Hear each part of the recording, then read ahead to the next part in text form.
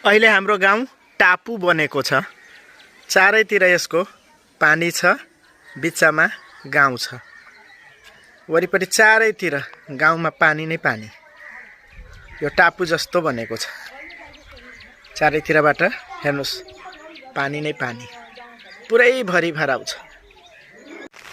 बागमती यहाँबाट 5 किलोमिटर रहेको छ। यो हाम्रो गाउँ र यो गाउँ एकदमै जोखिमयुक्त गाउँ हो, किनकि बागमती उता 5 किलोमिटरमा छ भने बकैया नजिकै छ। बागमती र बकैया दुवैले यहाँ हानि नोक्सानी गर्छ। देशभरि आएको बाढीले मचाएको वितण्डाको केही दृश्य र समाचारहरू प्रस्तुत गर्दैछु।